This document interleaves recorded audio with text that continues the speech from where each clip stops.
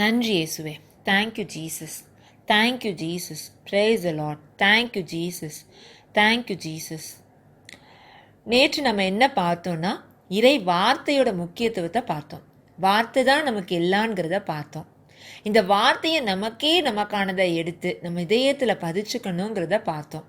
அந்த வார்த்தை பரிசுத்த ஆவியானவர் அந்த வார்த்தையை நமக்கானதா, உண்மையானதா, ரியலானதா மாற்ற வழிவகை செய்வாருங்கிறத பார்த்தோம். நாம் இன்னைக்கு பைபிள்லேருந்து ஒரு அருமையான உதாரணத்தை பார்க்க போகிறோம். மிக அருமையான உதாரணம். கடவுளால் அபிஷேகம் செய்யப்பட்ட அன்னை மரியாள், அவங்கள பற்றி தான் பார்ப்போம். Praise God. ஒரு அழகான உதாரணம். விசுவாசம் வார்த்தையை கேட்கறது மூலமாக வருங்கிறதுக்கு ஒரு சரியான உதாரணமாக இது இருக்கும். இது ஒரு கதையாக பார்க்காம மாறாக இது ஒரு உண்மையாக அப்படி இந்த வார்த்தை மூலமாக விசுவாசம் வருங்கிறத நம்ம பார்க்க முடியும். அன்னை மரியாள் நாசரேத்துங்கிற ஒரு சிறிய கிராமத்தில் இருந்தாங்க. வானதூதர் அவங்களுக்கு முன்னாடி தோன்றி, நீர் கடவுளுடைய தயவை பெற்றிருக்கிறீங்க, கடவுளோட ஆசீர் உங்கள் மேலே முழுமையாக நிரம்பி இருக்குது அப்படின்னு சொல்கிறாங்க. லூகாஸ் 1வது அதிகாரம் 28வது வசனத்திலிருந்து 38வது வரைக்கும் பார்க்கலாம். வானதூதர் மரியாவுக்கு தோன்றி, அருள் மிக பெற்றவரே வாழ்க, ஆண்டவர் உம்மோடு இருக்கிறார் என்றார். இவ்வார்த்தையை கேட்டு அவர் கலங்கி இந்த வாழ்த்து எத்தகையதோ என்று எண்ணிக்கொண்டிருந்தார். வானதூதர் அவரை பார்த்து, மரியா, அஞ்ச வேண்டாம், கடவுளின் அருளை கண்டடைந்துள்ளீர். இதோ கருவுற்று ஒரு மகனை பெறுவீர், அவருக்கு இயேசு என்னும் பெயரிடுவீர். அவர் பெரியவராயிருப்பார், உன்னத கடவுளின் மகன் எனப்படுவார். அவருடைய தந்தை தாவீதின் அரியணையை ஆண்டவராகிய கடவுள் அவருக்கு அளிப்பார். அவர் யாக்கோபின் குடும்பத்தினர் மீது என்றென்றும் ஆட்சி செலுத்துவார், அவருடைய ஆட்சிக்கு முடிவே இராது என்றார். அதற்கு மரியா வானதூதரிடம், இது எப்படி நிகழும்? நான் ஒரு கன்னி ஆயிற்றே என்றார். வானதூதர் அவரிடம், தூய ஆவி உன் மீது வரும், உன்னத கடவுளின் வல்லமை உன்மேல் நிழலிடும். ஆதலால் உம்மிடம் பிறக்கப் போகும் குழந்தையானது தூயது, இக்குழந்தை இறைமகன் எனப்படும். பின்னர் மரியா, நான் ஆண்டவரின் அடிமை, உன் சொற்படியே எனக்கு நிகழட்டும் என்றார். அப்பொழுது வானதூதர் அவரை விட்டு அகன்றார். நாம அன்னை மரியாளோட அனுபவத்தை, இயேசுவோட பிறப்பை பத்தி பார்த்தோம். ஒரு மிக பெரிய அற்புதம். இந்த அற்புதம் அன்னை மரியாள் வாழ்க்கையில எப்படி நிகழ்ந்ததுன்னு பார்க்கலாம். கடவுளிடமிருந்து வந்த வானதூதர் மரியாள் முன்னாடி தோன்றி வார்த்தையை பேசினாங்க.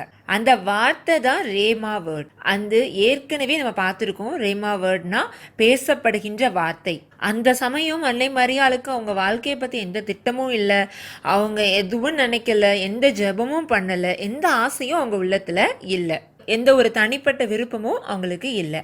அன்னை மரியாளுக்கு அந்த நேரம் திருமணமும் ஆகலை. அன்னை மரியாளுக்கு கடவுளோட திட்டம் இதுவா இருந்தது. கடவுளோட திட்டம் ரேமா வேர்ட் மூலமா அவங்க கிட்ட வந்தது. காட்ஸ் ஸ்போக்கன் வேர்ட், பேசப்படுகின்ற வார்த்தை. இதை நம்ம 3 படிகளா நம்ம பார்க்கலாம். ஃபர்ஸ்ட் ஸ்டெப், முதல் நிலை என்னன்னா, அன்னை மரியாளோட பதில். அன்னை மரியாளோட ரெஸ்பான்ஸ் எப்படி இருந்தது? இந்த வார்த்தை அறிவிக்கப்பட்ட உடனேயே அன்னை மரியாளோட ரெஸ்பான்ஸ் அது எப்படி இருந்தது? அவங்களோட மறுமொழி எப்படி இருந்தது? இந்த வார்த்தையை ஏற்றுக்கொண்டாங்களா? நிச்சயமாக இந்த வார்த்தையை அவங்க ஏற்றுக்கொண்டாங்க. அவங்க உள்ளத்தை திறந்து கொடுத்தாங்க. மாறாக இதை எதிர்த்தாங்களா? இல்லை. ஏதாவது வாக்குவாதம் பண்ணாங்களா? இல்லை. முணுமுணுத்தாங்களா? இல்லை. ஏதாவது காரணம் கேட்டாங்களா? இல்லை. மாறாக எளிமையா சொன்னாங்க, நான் ஆண்டவரின் அடிமை, உம் சொற்படியே, உம் வார்த்தையின்படியே எனக்கு நிகழட்டும் அப்படின்னு சொன்னாங்க. ஏஞ்சல் அவங்க முன்னாடி தோன்றி வார்த்தை மூலமா பேசினதுமே அவங்க உள்ளத்தை திறந்து கொடுத்து ரேமா வேர்டுக்கு செவி கொடுத்தாங்க, ஏற்றுக்கொண்டாங்க அந்த வார்த்தையை. 2வது படி என்னன்னா, 2வது ஸ்டெப், செகண்ட் ஸ்டெப் என்னதுன்னு பார்த்தோம்னா, அந்த வார்த்தையை முழுமையா விசுவசிச்சாங்க. நம்ம ஏற்கனவே பார்த்தோம். ரோமர் 10வது அதிகாரம் 17வது வசனம், வார்த்தையை கேட்க கேட்க விசுவாசம் வரும்னு பார்த்தோம். விசுவாசம் எப்படி வரும்? இந்த இறை வார்த்தையை கேட்க கேட்க வரும். அன்னை மரியாள் என்ன பண்ணாங்க? அவங்களுக்கு கொடுக்கப்பட்ட வார்த்தையை அவங்க உள்ளத்தை திறந்து விசுவாசத்தோட, எந்த எதிர்ப்பும் இல்லாம, எவ்வித சந்தேகமும் இல்லாம, குழப்பமும் இல்லாம முழுமையா அவங்கள அர்ப்பணித்து இந்த வார்த்தையை உள்வாங்கினாங்க. அது போலவே நாமளும் இந்த ரேமா வேர்ட் இறை வார்த்தையை எந்தவித சந்தேகமும் குழப்பமும் இல்லாமல் ஏற்றுக்கொள்ளும் பொழுது விசுவாசத்தை நமக்குள்ள வளர்த்துக்க முடியும், செயல்படுத்த முடியும். மூன்றாவது படி என்னன்னா, மரியாளோட விருப்பம். அன்னை மரியாளோட விருப்பம், ஒத்துழைப்பு எவ்வாறு இருந்ததோ அதை பொறுத்து தான் அது அவங்கக்கிட்ட நிகழ்ந்தது. ரேமா வேர்ட் கொடுக்கப்பட்டது, விசுவசிக்க ஆரம்பிச்சாங்க. இந்த அற்புதம் செயல்படணும்னா இந்த விசுவாசத்தை அவங்க வெளிப்படுத்தணும். இந்த விசுவாசத்தை செயல்படுத்துறது மூலமா தான், வெளிப்படுத்துறது மூலமா தான் இந்த அற்புதம் நிகழ முடிஞ்சது. அது போலவே நமக்கு கொடுக்கப்பட்ட இந்த இறை வார்த்தையை, ரேமா வேர்டை, இந்த வார்த்தையை நமக்கே நமக்கானதுன்னு எடுத்து உள்ளத்துல நிறுத்தி அதை தியானிக்கும் பொழுது விசுவாசம் வெளிப்பட ஆரம்பிக்கும், அற்புதம் நடக்க ஆரம்பிக்கும். வானது கூட சொல்லுவாங்க, nothing is impossible from God. கடவுளால் கூடாத காரியம் எதுவும் இல்லை. கடவுளுடைய வார்த்தை வெறுமையாய் திரும்புவதில்லை. அது எதற்காக அனுப்பப்பட்டதோ அந்த காரியம் முடியும் வரை விருப்பத்தை செயல்படுத்தி வெற்றிகரமாக நிறைவேற்றாமல் வெறுமையா என்னிடம் திரும்பி வருவதில்லை அப்படின்னு கடவுளோட வார்த்தை சொல்லுது. நம்ம இறை வார்த்தையை கடவுளிடமிருந்து பெற்றுக்கொண்டோம். நம்மிடம் விதைக்கப்பட்ட இறை வார்த்தை நம்முடைய விசுவாசத்தின் அளவின்படியே நம்மிடம் செயல்பட ஆரம்பிக்குதுன்னு, அற்புதங்கள் நிகழ ஆரம்பிக்குது. நன்றி இயேசுவே, இந்த இறை வார்த்தையை எங்களுக்கு நீங்க கொடுத்ததற்காக நன்றி. திருவிவிலியம் கடவுளுடைய வார்த்தையானது லோகோஸ், எழுதப்பட்ட வார்த்தை. லோகோஸ்னா எழுதப்பட்ட வார்த்தை. இந்த எழுதப்பட்ட வார்த்தையை தியானிக்கும் பொழுதுதான் ஆவியானவரின் துணையோடு முழுமையா புரிதலோடு நாம் அதை பேசும் பொழுதுதான் அந்த ரேமா வேர்டு, பேசப்படுகின்ற வார்த்தையா அது மாறுது. இந்த ரேமா வேர்டை எந்தவித குழப்பமும் இல்லாம, கவலையும் இல்லாம, எந்த சந்தேகமும் இல்லாம உள்ளத்துல நிறுத்தி விசுவாசத்தோட பேசும் பொழுது அற்புதங்கள் செய்யக்கூடியதா இருக்குது. அப்பா பிதாவே, யாரெல்லாம் இந்த வார்த்தையை கேட்கிறாங்களோ அவர்கள் வார்த்தையின் அதிகாரத்தை புரிந்தவர்களாய், பயன்படுத்துகிறவர்களாய் மாறுவார்களாக. எப்படி அன்னை மரியாள் தன்னையே முழுமையாக அர்ப்பணித்து வார்த்தையின்படியே எனக்கு ஆகட்டும் என்று தாழ்மையுடன் விசுவாசத்துடன் இந்த வார்த்தையை ஏற்றது போல் ஏற்றுக்கொள்வார்களாக. நன்றி இயேசுவே, இந்த சத்தியத்தை எங்களுக்கு கற்றுக் கொடுத்ததற்காக நன்றி. இயேசுவின் நாமத்தில் நான் ஜெபிக்கிறேன். தீய சக்தி சாத்தானின் செயல்கள் அழிந்து போவதாக.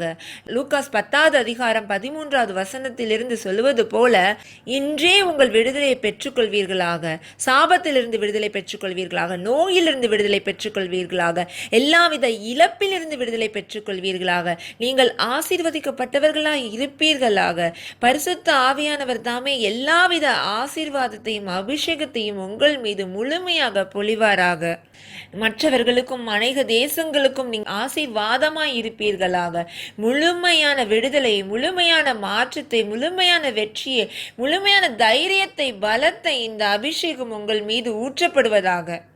முழுமையான விடுதலை, முழுமையான மாற்றம், முழுமையான வெற்றி, தைரியம், பலம், அபிஷேகம் உங்கள் மீது ஊற்றப்படுவதாக. எல்லா விதமான மன அழுத்தம், பயம் மாறி போவதாக. ஆமேன், ஆமேன், ஆமேன். நீங்க இப்ப சொன்ன ஒவ்வொரு ஆமேன், அது எப்படின்னா, ஒரு தாய் எவ்வாறு கருவுல குழந்தைய பெற்றுக்கொள்வார்களோ அது போலவே உங்களோட ஆவிக்குரிய கர்ப்பத்துல நீங்கள் இந்த கருவை, உங்க அற்புதத்தை பெற்றவர்களா நீங்க இன்றே அதை கொண்டீங்க அப்படின்னு விசுவசிங்க. அந்த குழந்தை எப்படி அந்த கருவுல இருந்து வெளியே வருமோ அதே போலவே உங்க ஆவிக்குரிய கருவில் இருந்து உங்களுடைய அற்புதம் வெளியே வர்றதை நீங்க நிச்சயமாக பார்ப்பீங்க. நன்றி இயேசுவே, நன்றி இயேசுவே.